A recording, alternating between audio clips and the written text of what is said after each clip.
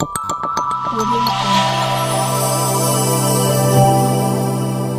Jungle. कि आप मतलब जो है पूरे बिल्कुल जिसको ये कह लें कि इस वक्त जो कम्पिटिटिव एग्ज़ाम्स होते हैं, चाहे वो टीचर का एग्ज़ाम्स हो या फिर जैसे आप ट्रांसलेटर थे वो हो, और आपका बैकग्राउंड पूरा मदरसा से फुल्ली मदरसा से रहा है, आप हुफ़ाज़ में हैं, हाफिज़ में हैं, आप जो है आलिम भी हैं, तो आप ये तैयारी कैसे किए? वो जो मदरसा के बच्चे हैं या उर्दू दाँ बच्चे हैं, उनको तैयारी करने का कुछ तरीका जो आपने किया और जिस वजह से लगातार आप जैसे बताए कि सीटीईटी आप दोनों कंप्लीट किए, एसटीईटी कंप्लीट किए, आप नेट 2 बार कंप्लीट किए, अभी पीएचडी आप कर रहे हैं, आप जो है ऑलरेडी बीपीएससी टीआरई 1 के टीचर हैं, तो हमारे उर्दू दाँ और मदरसा वाले के लिए ज़रा आप फरमा दीजिए। अस्सलामु अलैकुम वरहमतुल्लाहि वबरकातुहू। मैं अब्दुल अहद आप तमाम देखने वाले को खैर मकदम करता हूँ चाहक मेंटर यूट्यूब चैनल पे। आज मैं हाजिर हुआ हूँ, ये आप देख रहे हैं हमारे साथ हैं हाफिज़ मोहम्मद शमसुद्दीन साहब, टीआरई 1 से ये टीचर हुए हैं हाई स्कूल में। ये जो मैं वीडियो बना रहा हूँ ये स्पेशली ख़ास करके उन जो मदरसा के तलबा हैं या मदरसा से पढ़े लिखे हैं या फिर उर्दू दाँ हैं, उर्दू वाले हैं, वो लोग जिनका बैकग्राउंड मदरसा या उर्दू रहा है, उन लोगों के लिए जनाब हाफिज़ शमसुद्दीन साहब से अभी हम बात करना शुरू करेंगे। मुख्तसरन मैं इनकी जो है आपको तारुफ़ करवा दूँ। ये अभी जो है इससे पहले उर्दू मुतरजिम का जॉब छोड़ करके फिर ये बीपीएससी टीआरई 1 से कंप्लीट किए हैं। ये सारी इन्फॉर्मेशन जनाब हाफिज़ शमसुद्दीन साहब आपको मैं खैर मकदम करता हूँ। सबसे पहले मैं ये चाह रहा हूँ कि कुछ मुख्तसरन अपना तारुफ़ आप हमारे व्यूवर्स को, सब्सक्राइबर को बताएं। अऊज़ु बिल्लाहि मिनश शैतानिर रजीम। बिस्मिल्लाहिर रहमानिर रहीम। अलम तरा अन्नल फुल्क तजरी फिल बहरि बिनिअमतिल्लाहि लियुरियकुम मिन आयातिहि इन्न फी ज़ालिका लायातिन लिकुल्लि सब्बारिन शकूर। वइज़ा गशियहुम मौजुन कज़्ज़ुललि दअउल्लाह मुख़लिसीन लहुद्दीन फलम्मा नज्जाहुम इलल बर्रि फमिनहुम मुक़तसिद वमा यजहदु बिआयातिना इल्ला कुल्लु ख़त्तारिन कफ़ूर। सबसे पहले तो मैं शुक्रगुजार हूँ मास्टर साहब का, मास्टर अब्दुल अहद साहब, जिन्होंने मुझे यहाँ मदऊ किया और लब कुशाई करने का मौका दिया। मेरा नाम मोहम्मद शमसुद्दीन, मेरा बैकग्राउंड मदरसा है। मदरसा से फ़ारिक़ीन हज़रात जितने भी हैं उनसे मैं मुतवज्जह हूँ। मदरसा में दाखिला लिया जब मैं छोटा था। जी जी जी जी। तो मेरे वालिद मोहतरम हैसियत नहीं थी कि हम स्कूल में पढ़ें। स्कूल के अखराजात को मैं मेरे वालिद साहब बर्दाश्त कर सके, लेकिन जो भी वालिद होते हैं उनकी ये दिली ख्वाहिश होती है कि मैं जिस लेवल के हम हैं उस लेवल से मेरा बच्चा कहीं और ज़्यादा बढ़े जी। इस लिहाज से मेरे वालिद साहब ने 2 ऑप्शन मेरे सामने रखा है जी कि तुम मदरसा में पढ़ना चाहते हो या स्कूल में पढ़ोगे। जी। तो मेरी दिली ख्वाहिश थी और बचपन में ये सुनते आ रहे थे, छोटा था मैं, 7-8 साल का रहा हूँगा, तो ये सुन रखा था कि जो हाफिज़ कुरान होता है वो 10 आदमी को जन्नत में लेकर के जाएगा। जी जी अपने खानदान से जी 10 आदमी ऐसे जिनको जहन्नम वाजिब, जिनके ऊपर वाजिब हो चुकी होगी, जी उनको ये हाफिज कुरान जन्नत में ले जाएगा। ये जी पहले ही सुन रखा था मैं। जी जी जी तो मेरे दिल के अंदर ये बात बिल्कुल समझिए कि घिर चुका पैवस्त था। हो गया हुआ जी था। जी जी जी तो उस वक्त मेरे जहन में यही बात थी। हालांकि स्कूली ज़िंदगी गुजारने के लिए हर बच्चा तैयार हो जाता है जी मदरसा के बनिस्बत, क्योंकि जी। मदरसे में थोड़ी सी सख्ती कैद होती महसूस करता है जी बच्चा, जी जी और स्कूल में आज़ाद रहना चाहता है। जी जी तो इस पर्पज से बच्चा ज़्यादातर स्कूल को चॉइस करता है। जी लेकिन मेरे जहन में यही बात थी कि 10 आदमी को हम जन्नत में ले जाएंगे, ये हाफिज कुरान का मर्तबा है। तो मैं ने अपने वालिद से कहा, वालिद साहब अपनी हैसियत के मुताबिक दोनों ऑप्शन रख दिए। हालांकि जी। न हैसियत रहते हुए भी जी। ये बात रख देना कि बाबू मदरसा में पढ़े हुए ये स्कूल में, बहुत बड़ी बात थी। जी तो मैं मदरसे का इंतखाब किया, मदरसा में दाखिला हुआ, जी और अल्हम्दुलिल्लाह 2007 में जी। मैं 2006 में मेरा हिफ्ज़ मुकम्मल हो गया, जी जी जी और 2006 से ही मैं जी। लगातार तरावी सुनाते आ रहा हूँ। जी जी तो हाफिज़ हुआ मदरसे में, जी फिर मौलाना का कोर्स किया, जी फरागत हुई। जी उसके बाद मैं इमामत की जगह जी पकड़ लिया, लेकिन इमामत में किसी वजह से जी। निकाल बाहर होता रहता है। अच्छा हजरत, मैं यहाँ थोड़ा आपको रोकना चाहूँगा। ये आप हाफिज़ कुरान हुए, फिर आप आलिम हुए, फिर आप अल्हम्दुलिल्लाह मस्जिद में थे। ये जो है स्कूल में आने का, टीचर बनने का, वो आपके जहन में कैसे आया? जी जी, तो मैं मदरसा में स्कूल इमामत की है, वहाँ से फिर 1 साल इमामत करने के बाद निकाल दिए गए। जी जी जी जी वजह जो भी रही हो, जी निकाल दिए गए। तो फिर मैं एसी का काम करने के लिए 1 महीना के लिए दिल्ली चला गया। अच्छा 1 महीना मैंने एसी का काम किया। जी जी एसी का काम करने के दौरान मुझे ये दिल में बार बार सवाल पैदा हो रहा था जी कि ये काम करने से मेरा दुनिया तो संवर जाएगा, जी पैसे की कमी नहीं रहेगी, जी जी जी कमा लेंगे हम दुनिया, जी लेकिन मेरी आखिरत बर्बाद हो रही है। जी मेरे दिल से जो अल्लाह ने कुरान रखा है वो धीरे धीरे कहीं ना कहीं निकलता जा रहा है। जी मुझको रातों दिन यही फिक्र रहती थी कि मेरा कुरान का क्या हाल होगा। अल्लाह ने जो हमको जो नेमत कुरान की शक्ल में बख्शा है, जी उसका क्या हाल होगा।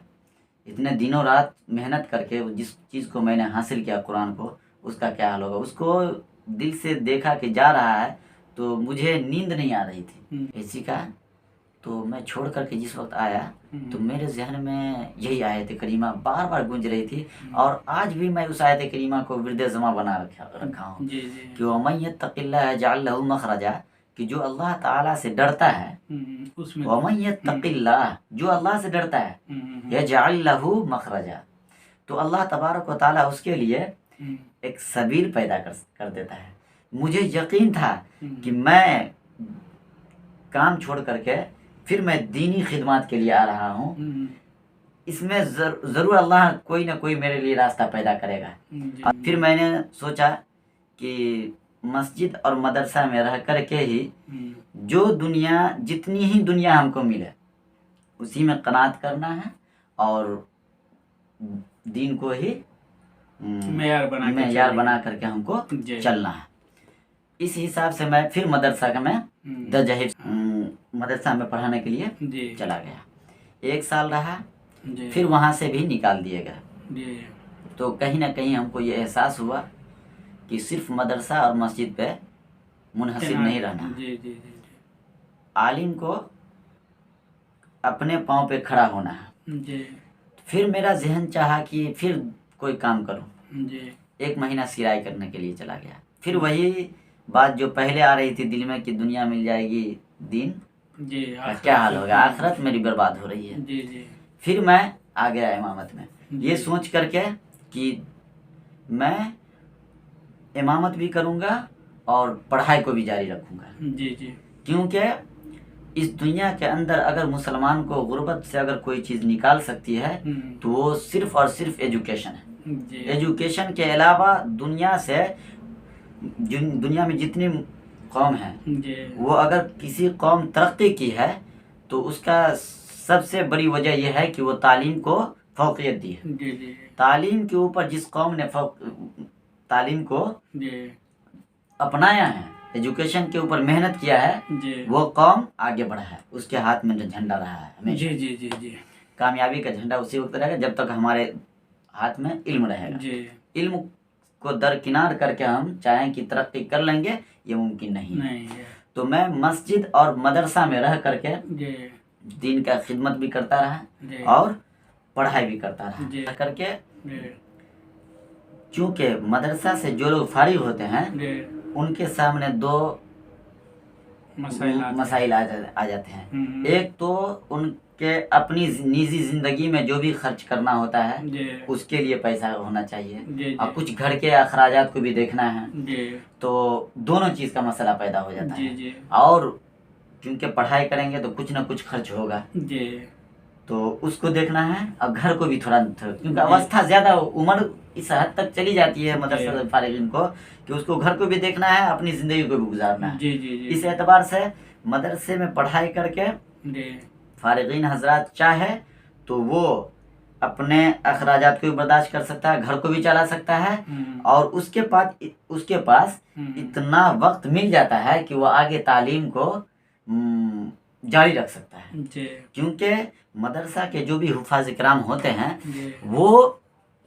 क्या है, कहीं ना कहीं जी उनके अंदर मेहनत करने का एक जज्बा होता है। जी जी जी जी वो उसी लगन के साथ, जी जिस लगन के साथ वो मदरसा में मेहनत किया है, जी उस लगन के साथ अगर वो मदरसा के अंदर दुनियावी असली तालीम के ऊपर अगर वो मेहनत कर दे तो इंशाअल्लाह कामयाबी उसकी कदम चूमेगी। जी जी ये तय है कि मदरसा का लड़का जो हाफिज कुरान है, आलिम दीन है, जिस मैदान में वो कदम रखेगा दिल जमई के साथ, नेक इरादा के साथ, तो वो इंशाअल्लाह अपनी मंजिल को बहुत जल्द आसानी के साथ तय कर लेगा, वो जी जी हासिल कर लेगा अपनी जी मंजिल को। जी क्योंकि उसके अंदर एक लगन होता है, मेहनत करने का जज्बा होता है। जी और उसका अगर 90% अगर वो दुनियावी तालीम पे अगर वो लगा देता है तो वो कामयाबी हासिल कर लेगा बिल्कुल आसानी के साथ। जी जी मेरा यही जहन था कि मैं अब जो है दुनियावी तालीम को कुछ हासिल करूं।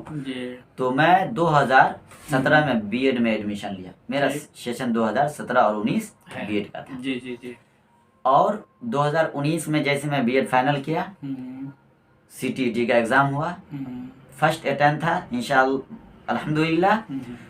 दोनों पेपर 1 to 5 और 6 to 8 फर्स्ट अटेम्प्ट में मैंने कंप्लीट कर लिया। उसके बाद 2019 में ही एसटीटी का फॉर्म निकला। तो जब बीएड पास कर लिया, सीटीईटी निकल गया, तो इंसान अंदर से और मोटिवेट हो जाता है कि मैं जब सीटीईटी निकाल सकता हूँ तो आगे मैं तैयारी कर सकता हूँ, आगे के एग्ज़ाम भी फेस कर सकता हूँ और उसको करेक्ट कर लूँगा।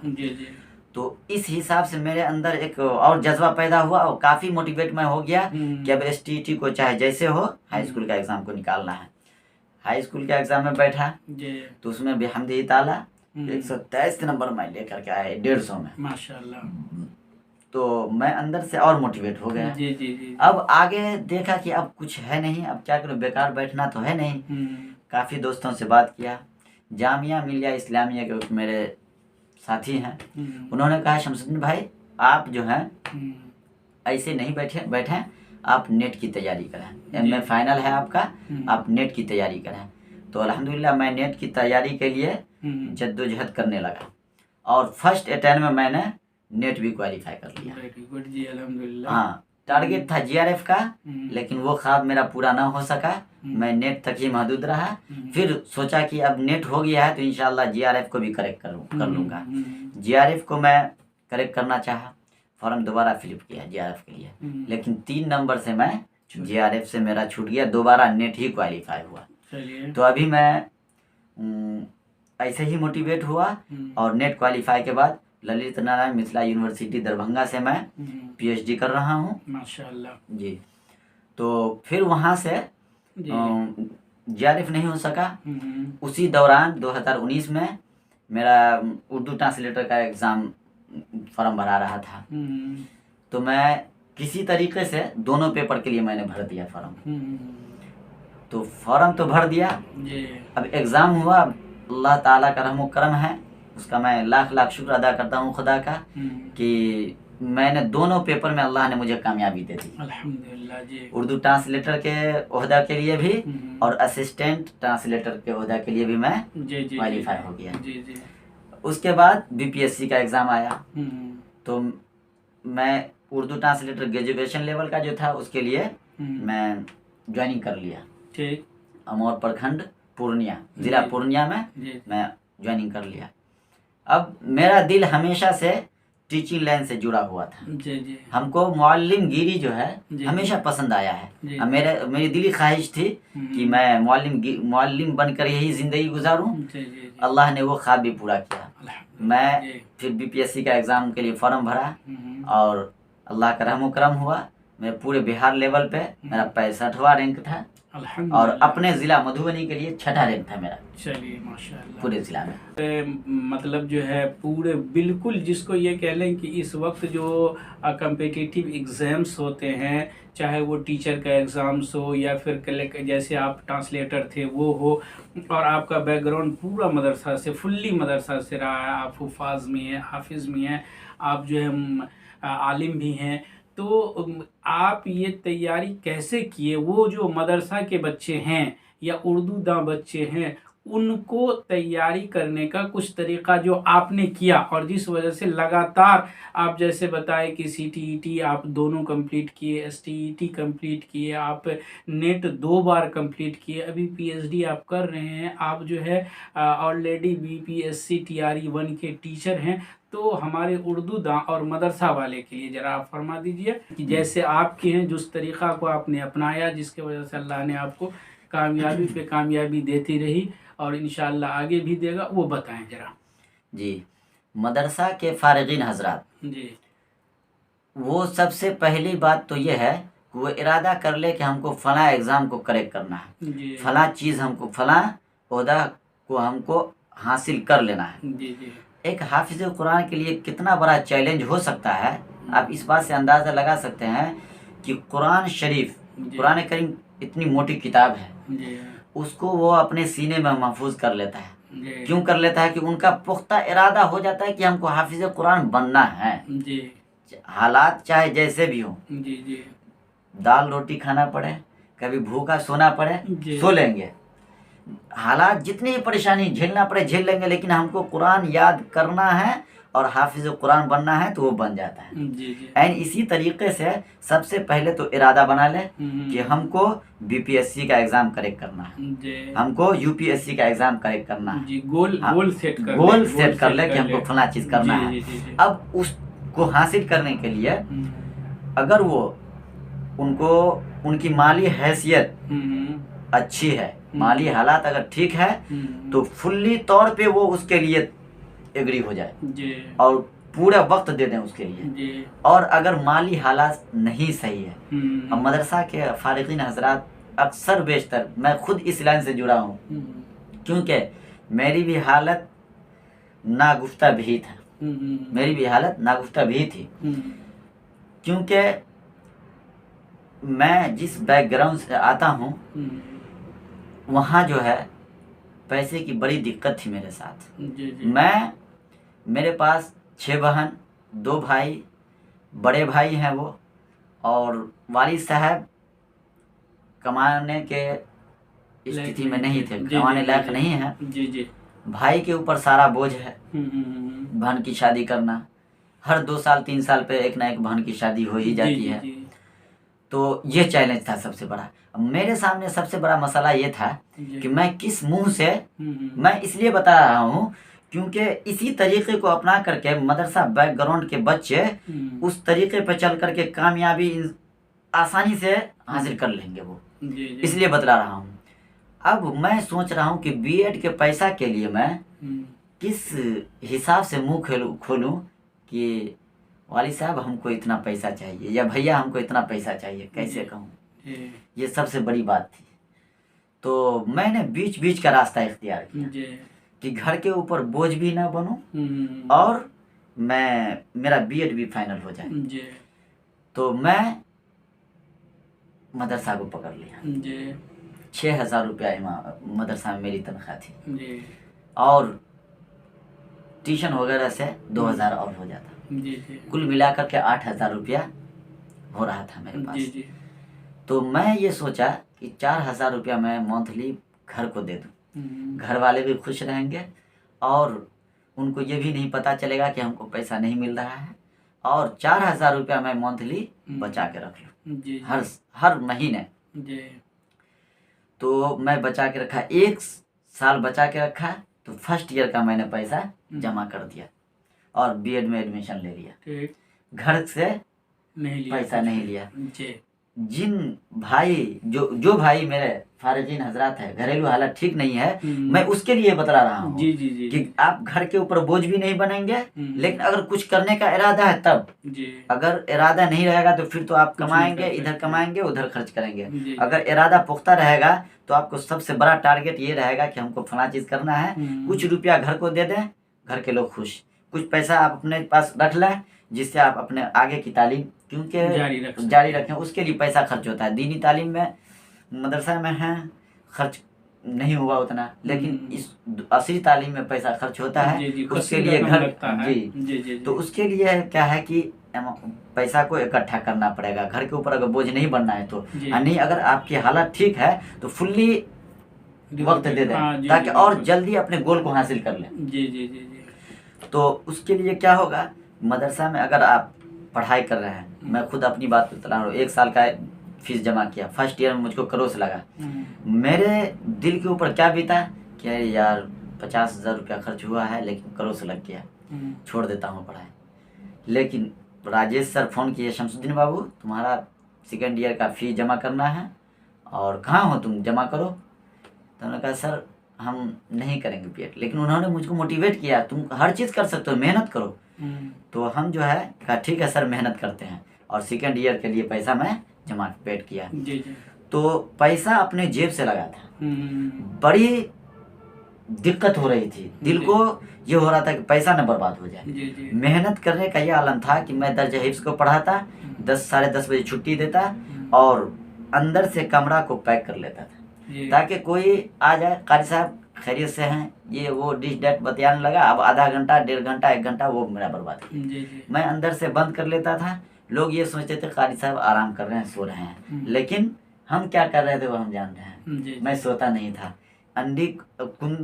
कुंडी अंदर से लगा करके मैं पढ़ने के लिए। उर्दू बैकग्राउंड से आप थे तो हिंदी से डर लगना, इंग्लिश से डर लगना, फिर मैथमेटिक्स फेस करना, और जैसे उसमें भी हिंदी अगर हम बात करें बाल मनोविज्ञान की तो इसके ऐसे ऐसे वर्ड्स हैं जिसका जो है अगर जनरल लोग हों तो उसको भी समझ में आना थोड़ा मुश्किल होता है। इस चैलेंज को आपने कैसे टैकल किया? ये बहुत अच्छा क्वेश्चन है आपका, और इस टॉपिक में मैं आना चाहता हूँ क्योंकि मेरा भी बैकग्राउंड मदरसा था। हिंदी से एग्जाम को क्रैक करना, बीएड का एग्जाम को, ये मेरे लिए बड़ी कठिन मरहला था, लेकिन उसके पॉइंट्स को अगर मदरसा के फारिगीन ये जान ले तो आसानी से इस मंजिल को तय कर सकता है। उसके सामने सबसे बड़ा मसला ये हो जाएगा कि हिंदी में कुछ कठोर अल्फाज आएंगे, बिल्कुल सख्त मुश्किल तरीन अल्फाज उनके सामने आएंगे। उसके लिए क्या करे इंसान, आज मेडिकल सोशल मीडिया का दौर है, अब मोबाइल एंड्रॉयड है, आप उसके अंदर एक डिक्शनरी लोड कर लें। आप उर्दू पे आपको पकड़ है, हिंदी और इंग्लिश को मजबूत करना है, आप एक डिक्शनरी लोड कर लें। अगर कोई लफ्ज हिंदी का है और आपको समझ में नहीं आ रहा है, तुरंत गूगल ट्रांसलेटर से देख सकते हैं, गूगल ट्रांसलेशन से देख सकते हैं, आप डिक्शनरी का प्रयोग कर सकते हैं। और जब उस कॉन्सेप्ट को आप क्लियर करना चाहेंगे तो सबसे बड़ी बात है कि हिंदी राइटिंग है और उसके कॉन्सेप्ट को क्लियर करना। जैसे अगर आपने पेडागोजी के बारे में आपने बात किया, तो क्या है कि उसको कॉन्सेप्ट को क्लियर करने के लिए हिंदी पढ़ेंगे, लेकिन मदरसा बैकग्राउंड के बच्चे उतना समझ में नहीं आएगा उसको। उसके लिए क्या है, उसके राइटिंग को भी देखना है, उसको समझना भी है। तो समझने के लिए सबसे बड़ा यह है कि डिक्शनरी ले ले, एप्स आता है मोबाइल में भी, उससे सर्च कर ले, उसको आसानी से उस लफ्ज़ का जो है कई माने आ जाते हैं। आपका ये कहना है कि सोशल मीडिया या फिर ये जो इंटरनेट है, मोबाइल है, एंड्रॉयड है, यूट्यूब है, these are the very very helpful for us, यानी सबके लिए बहुत बहुत मददगार। इसका आपने पूरा इस्तेमाल किया। जी जी, मोबाइल मेरी ज़िंदगी में बहुत इनकलाब लाया है। जी जी, ये एंड्रॉयड मोबाइल जो है, चूँकि अगर मैं बाहर रह के पढ़ता तो रूम रेंट लेता, फिर अपने खाना खर्चा का नहीं, बहुत तो आज के दौर में 7-8 हज़ार रुपया मंथली मेरा खर्च होता है। लेकिन मदरसा में कमाते हुए, एंड्रॉयड मोबाइल का इस्तेमाल करते हुए, एक से एक टीचर आपको हर सब्जेक्ट के लिए मिल जाएंगे। जो तालीम हासिल करना चाहें, आपको यूट्यूब का ज़माना, जिस टॉपिक पे आप सर्च करेंगे उस कॉन्सेप्ट को आसानी से वहाँ के टीचर आपको क्लियर कर देंगे। जिस टॉपिक पे आप चाहिए उस टॉपिक पे वीडियो मिल जाएगा। यानी कहना ये है कि मोबाइल के जरिए से जो ये बहुत बड़ा मतलब एक ये हो सकता है आपके तैयारी में मददगार होने के लिए। तो इसका भी सहारा लें, है ना। मोटी कई कापी मैंने खरीदा है जी। हिंदी में, उसको लिखने के लिए, राइटिंग सुधारने के लिए, लिखने के लिए, हाथ तेजी लाने के लिए, उसको फिर पढ़ने के लिए डिक्शनरी का लिया, तब जाकर के कॉन्सेप्ट मिला, क्लियर हुआ, फिर CTET फर्स्ट अटेम्प्ट में क्लियर हुआ, इसी वजह से। चलिए कारी साहब, और चूंकि बात तो बहुत है और जो वक्त का भी जो है ख्याल रखना है हमें, जो है आप आगे का क्या आपका एम है, मतलब अभी आप टीचर हैं और फिर आगे का क्या इरादा है, ये बताएं। जी, मैं सबसे पहले कारी मास्टर साहब ये बतला दूं कि मैं उर्दू ट्रांसलेटर का जॉब छोड़ के आने का एक पर्पज़, एक मकसद ये है कि मैं आगे की तालीम हासिल करना चाहता हूँ। जी माशाअल्लाह। क्योंकि स्कूल में पढ़ने पढ़ाने से मेरा ताल्लुक़ रहेगा और इस लाइन में रह करके मेरा तालीमी सफ़र जो है वो जारी रहेगा। इस वजह से मैंने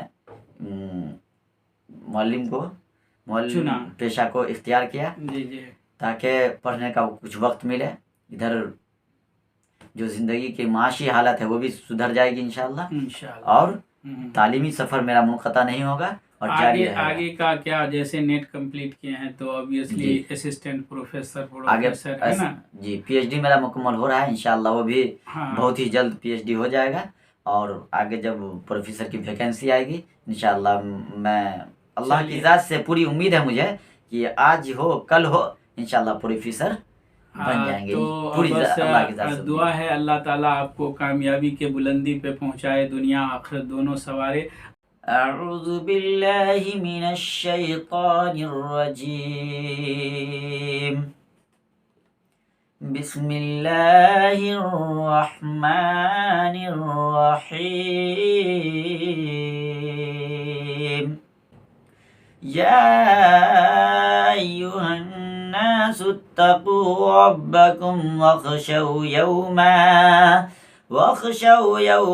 ला यजज़ी वालिदुन अन वलदिही वला मौलूदुन हुवा जाज़िन अन वालिदिही शैआ, इन्न वअदल्लाहि हक़्क़ुन फला तग़ुर्रन्नकुमुल हयातुद दुनिया वला यग़ुर्रन्नकुम बिल्लाहिल गरूर। इन्नल्लाहा इंदहु इल्मुस्साअह व युनज़्ज़िलुल गैस व यअलमु मा फिल अर्हाम व मा तदरी नफ्सुम माज़ा तक्सिबु गदा व मा तदरी नफ्सुम बिअय्यि अर्ज़िन तमूत, इन्नल्लाहा अलीमुन खबीर। आमन्तु बिल्लाहि सदक़ल्लाहुल अज़ीम।